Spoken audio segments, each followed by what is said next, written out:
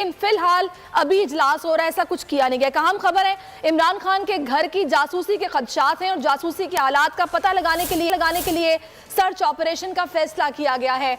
Special branch के एहलकार हालात का पता लगाने जमान पाक पहुंच गए हैं और खुसूसी माहिरीन की टीम इमरान खान के घर की सर्चिंग करेगी।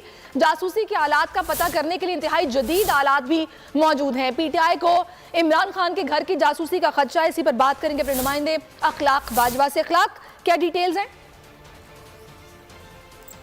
जी बिल्कुल, पाकिस्तान तहरीक इंसाफ को जो है वो अपने चेयरमैन इमरान खान के घर की जासूसी के हवाले से शदीद खदशात लाहक थे और इस हवाले से जो है वो खबरें आ रही थी कि शायद उनके घर की मॉनिटरिंग की जा रही है। तो इस पर इस तमाम सूरत हाल से निपटने के लिए आज जो है वो पाकिस्तान तहरीक इंसाफ ने जो है स्पेशल ब्रांच के खुसूसी माहिरीन की जो 7 रुकनी टीम है वो यहाँ पर पहुँची है और उन्होंने आते साथ ही जो है वो घर के इर्द गिर्द सबसे पहले जो है वो उसको सर्च किया है और जगह जगह तलाशी ली है।